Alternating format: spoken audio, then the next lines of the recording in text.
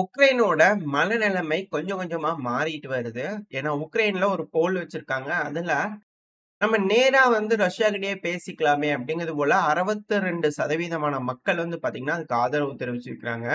எதுக்கு கண்டவங்கலாம் போய் பேசிட்டு, நம்மளே போய் ரஷ்யாட்ட பேசி என்ன, ஏது டீல் என்ன சொல்லுங்க பேசிக்கலாம் அப்படிங்கிறது போல, போய் பேசி தீர்த்துக்கலாம்ல அப்படின்னு போல சொல்லிக்கிறாங்க. பட் ஆனா அதுக்கு ரஷ்யா ஒத்துக்குவாங்களா? உக்ரைன் ஒத்துக்குவாங்களா? அதாவது உக்ரைன்னா, உக்ரைனோட அதிபர் ஒத்துக்குவாரா? அப்படின்ற கேள்விகள் இருக்கு. அது மட்டும் இல்லாம உக்ரைன்ல இருக்கக்கூடிய மிக பிரபலமான நபர்கள்லாம் பார்த்தீங்கன்னா, இப்ப ஜெலன்ஸ்கி அவர்களுக்கு எகெயின்ஸ்டா திரும்ப ஆரம்பிச்சுட்டாங்க. அது வேலை, ஃபண்டிங் திரும்பி பார்த்தீங்கன்னா, வேலை செய்ய ஆரம்பிச்சிருக்கா? அப்படிங்கிற போல கேள்விகள் இருக்கு. ஏன்னா, உக்ரைனோட அரிஸ்ட்ரோவிச் அவர்கள், இவர் பார்த்தீங்கன்னா, முன்னாள் ராணுவ அதிகாரியா இருந்திருக்கிறாரு. இப்ப பொலிட்டிக்கல் அட்வைசரா இருக்கிறாரு. இப்போ இது போல பாட்காஸ்ட் இது போலலாம் பண்ணிட்டு இருக்கிறாரு. இப்ப அவர் என்ன சொல்லிக்கிறாரு அப்படின்னா, அந்த வீடியோல இருக்கிறாருன்னு அவரு. அவர் என்ன சொல்லிக்கிறாரு அப்படின்னா, அதாவதுங்க, நான் ஜெயிச்சு திருப்பி உட்காந்தேன்னு வச்சுக்கங்க, ஆ அவ்வளோதான் அடுத்த ஜெலன்ஸ்கி அவர்களா அப்படிங்கிற போல சிலர் தரப்புல இருந்து இருக்கு. பட் ஆனா, ஏன்னா இது போல பிளாக் பண்றவங்களுக்கெல்லாம் பதவி குடுத்தோம்னா, மில்லை அவர்கள் என்ன செஞ்சாரு அப்படிங்கிறது எல்லாத்துக்குமே தெரியும். இப்ப ஜெலன்ஸ்கி அவர்கள் என்ன செஞ்சாருன்னா, டான்ஸ் ஆடி காமெடி பண்ணிட்டு இருந்தவரு.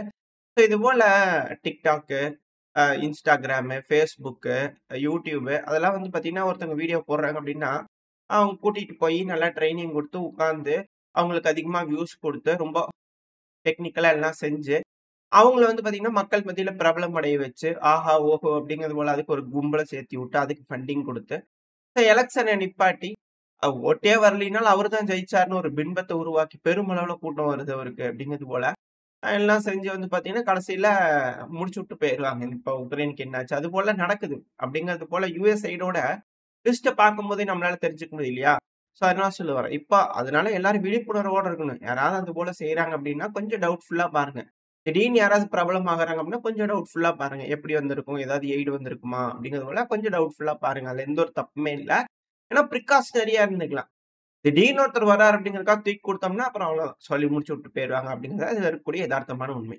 சரி, ஓகே. மெயினான விஷயத்துக்கு வாங்க. இப்ப இவரு என்ன சொல்லிக்கிறாருன்னா, நான் மட்டும் ஜெயிச்சு திரும்பி சேர்ல உட்கார்ந்தேன்னு வச்சுக்கங்க, ஜெலன்ஸ்கியோட வாழ்நாள் முழுவதும் சிறையில அடைச்சுருவேன் அப்படின்னு போல சொல்லிக்கிறாரு. சிறையில மட்டும் தான் அடைப்பீங்களா? அப்படிங்கிறது போல இருக்கு. ஏன்னா, அவரு எங்களுக்கு அனுப்புங்க, எங்களுக்கு அனுப்புங்கன்னு சில நாடுகள்லாம் கூப்பிட்டாலும் ஆச்சரியப்படுறதுக்கு இல்ல. ஏன்னா, ஆப்பிரிக்காலாம் பார்த்தீங்கன்னா, அந்த அளவுக்கு இருக்கிறாங்க. ஆப்பிரிக்கால மாலி, நிஜர், புர்கினா ஃபேசோ இந்த இடத்துலலாம் உக்ரைனோட ஆளுங்கலாம் போயி, நாங்க என்ன செஞ்சோம் தெரியுமா? அப்படிங்கிறது போல பேசின வீர வசனங்கள்லாம் பார்க்க முடிஞ்சது. அதுக்கப்புறம் யூரி புச்சா அவர்கள். அவரையே புடிச்சு பார்த்தீங்கன்னா, பதவி விலகுங்க. கொஞ்ச நேரம் டெம்பரரியா சஸ்பெண்ட் பண்றோம் அப்படிங்கிறது போல விஷயம்லாம் நடந்துச்சு உக்ரைன்ல. அதாவது உக்ரைனோட இன்டெலிஜென்ஸ் பார்த்தீங்கன்னா, அங்க இருக்கக்கூடிய தீவிரவாத அமைப்புகளோட சேர்ந்து, அங்க மாலி ஃபோர்ஸ் பார்த்தீங்கன்னா, எகெயின்ஸ்டா திருப்பி கான்வாய் தாக்குதல் பண்றது, இது போல வேலைகள்லாம் ஈடுபட்டுருக்காங்கன்னு பிரபலமா அதுக்கப்புறம் சப்புன்னு அடங்கிருச்சு.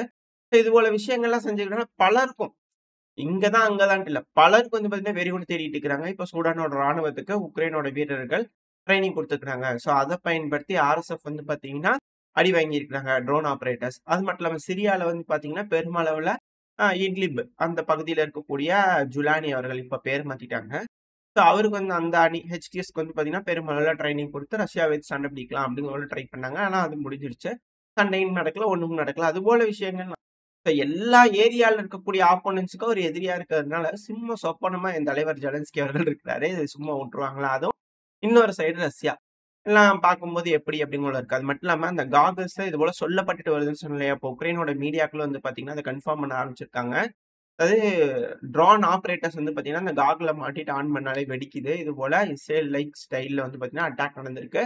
இதுக்கு பின்னாடி உக்ரைனோட உளவாளிகள் இருப்பாங்களா? அப்படின்ற ஒரு கேள்விகள்லாம் வர ஆரம்பிச்சிருக்கு.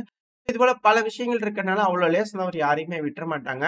அதுவும் அமெரிக்கா கூட பார்த்தீங்கன்னா 50% எதுனாலும் 50% கடன்லயும் 50%ங்களா அப்படிங்கிறது போல இருக்கு. ஏன்னா, அமெரிக்கா கேட்கறதுலயும் ஒரு நியாயம் இருக்கு அப்படிங்கிறது போல கமெண்ட்ல அதாவது இந்த சேனல்லாம் பார்த்தீங்கன்னா, நம்ம டைப் பண்ணுவோம் இல்லையா? ஸோ அப்படி பேசிக்கும்போது ஒரு சாரார் இருக்கக்கூடிய அவங்க மனசுல இருக்கக்கூடிய விஷயங்கள் சொன்னாங்க. அது கேட்கறதுக்கு கொஞ்சம் இதா இருந்தது. ஸோ அதனால நம்ம ஷேர் பண்ணலாம் அப்படிங்கிறது போல. இப்ப அமெரிக்கா ஏன் 50% கேட்குறாங்க?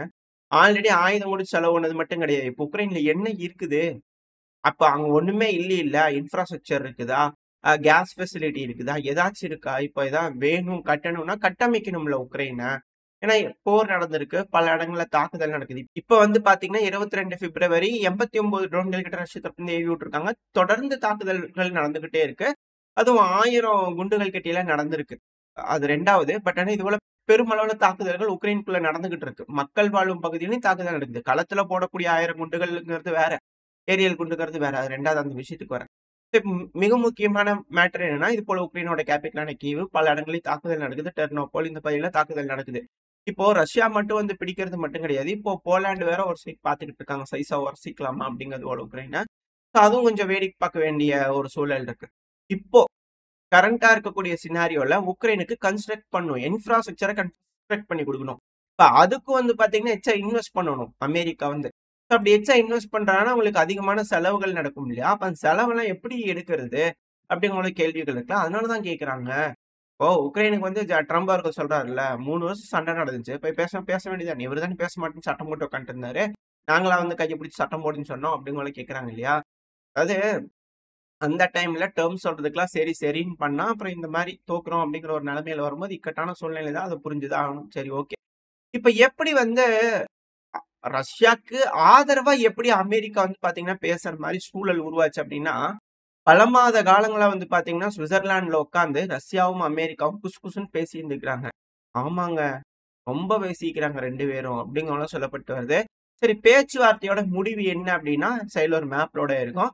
அதுல ஆரஞ்சு கலர், எல்லோ கலர்ல இருக்கு இல்லையா? அது முழுவதும் ரஷ்யா அவங்க எடுத்துட்டு போறாங்க. அதுதான் அதுல இருக்கக்கூடியது. அமெரிக்கா அதுக்கு ஒத்துக்கிட்டாங்களா? அப்படிங்கிற ஒரு கேள்வி வந்தா ஒத்துக்கிட்டாங்க அப்படிங்கிறது போல குசு குசுன்னு பேசிட்டு இருந்தத இவங்க போய் மறைஞ்சு நின்னு ஒட்டு கேட்டு வந்திருக்கிறாங்க. அதாவது வதந்திகள் இது போல பரவிட்டு இருக்கு. சரி எதுக்காக அமெரிக்கா ஒத்துக்கணும்? அப்படிங்கிற ஒரு கேள்விகள் இருக்கு இல்லையா? ஒண்ணும் இல்ல. என்னோட ஃபண்டெல்லாம் ப்ரோஸ் பண்ணி வச்சுக்கிறீல்ல, இவன் எதுவும் தரலைன்னு வச்சுக்க, நான் தருவேன். எடுத்துக்க. உனக்கு காசு தானே வேணும். 300 பில்லியன் வச்சுக்கிறீங்கல்ல, எடுத்துக்கங்க. ஃப்ரோஸ் பண்ணத எடுத்துக்கங்க. ஒண்ணும் பிரச்சனை இல்ல. நம்ம ஜெயிக்கிறோம். அந்த பகுதிகள்லாம் நாங்க எடுத்துக்கிறோம். எப்படி? அப்படிங்கிறது போல இவங்க குசு குசுன்னு பேசியிருந்துக்கிறாங்க ரஷ்யாவும், அமெரிக்காவும். ஸோ இது போல ட்ரம்ப் அவர்களுக்கு பணம் வந்துருச்சு. செலவு பண்ண பணம் வந்துருச்சு. இப்போ உக்ரைனுக்கு போய் கட்டி குடுக்கணும், அது பண்ணணும், இது பண்ணணுன்ட்டு இல்ல. இப்ப நம்ம டீல் வந்து நியாயமா பார்த்துக்கோங்களேன். இப்போ ஒரு டீல் அக்ரீமெண்ட்ட வந்து உக்ரைனுக்கு போட்டிருக்காங்க. அந்த டீல உக்ரைன் சைன் பண்ணலன்னா, உக்ரைனுக்கு நான் செலவு பண்ண மாட்டேன். நான் என்னத்துக்கு வந்து கட்டி குடுக்கணும் உனக்கு? எனக்கு சைன் பண்ணி குடுக்கலைல்ல.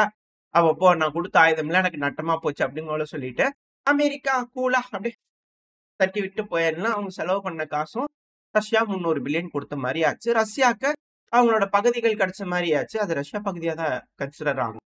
அமெரிக்காவே கோச்சுக்குவாங்க. யுஎன்ல வந்து அப்படிதான். இதுக்கு மேல அப்படி யாரும் சொல்லக்கூடாது. புரியுதுங்களா? அதெல்லாம் ரஷ்யாவோட பகுதி தான். உக்ரைனுக்கு அதுல எந்த உரிமையும் கிடையாது. தார்மீக உரிமையே கிடையாது. ரஷ்யாக்கு தான் அதுல எல்லா உரிமைகளும் இருக்கு. அப்படிங்கிறது போல ஐநா சபையில அமெரிக்கா வந்து குரல் கொடுத்தாலும் ரஷ்யாவோட இணைஞ்சு பேசினாலும் ஆச்சரியம் வருதுங்களா? சரி ஓகே. இந்த பேலன்ஸ் இருக்கிற பகுதி தான். அந்த பேலன்ஸ் இருக்கிற பகுதியில ஒண்ணுமே இல்ல. இப்ப அதனாலதான் வந்து பாத்தீங்கன்னா, இப்ப யூரோப்பியன் யூனியன்லாம் என்ன பண்றதுன்னு தெரியாம முறைச்சிட்டு இருக்கிறாங்க.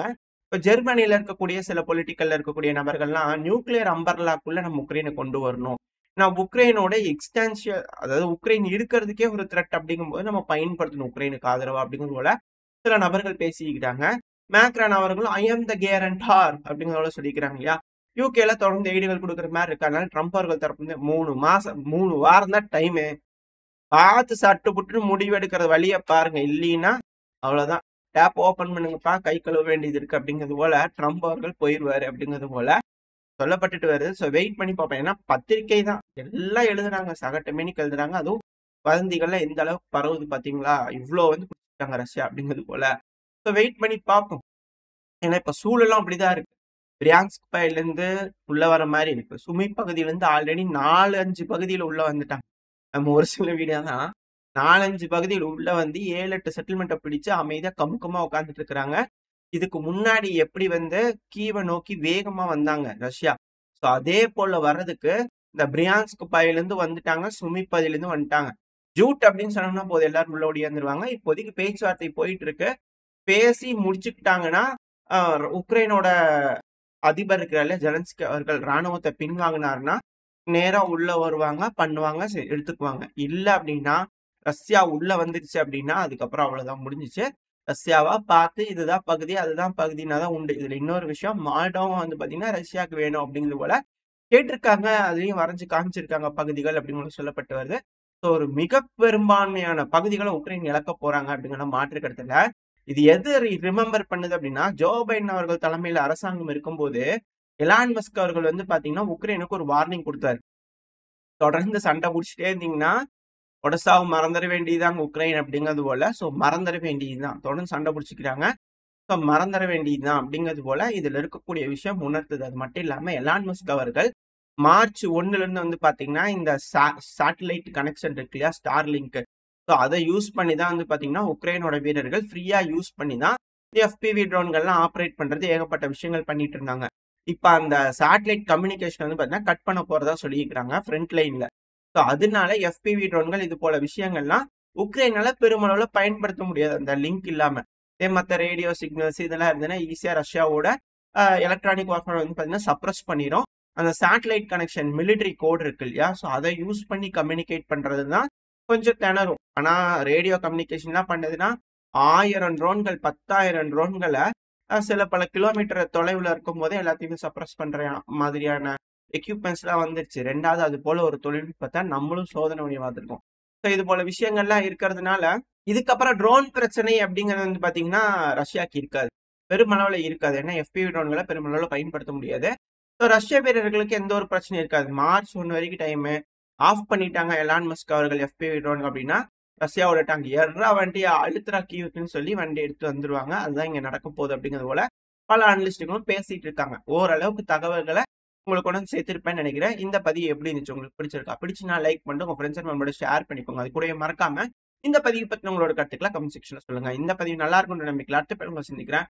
அது வரைக்கும் ஸ்டே சேஃப். பை.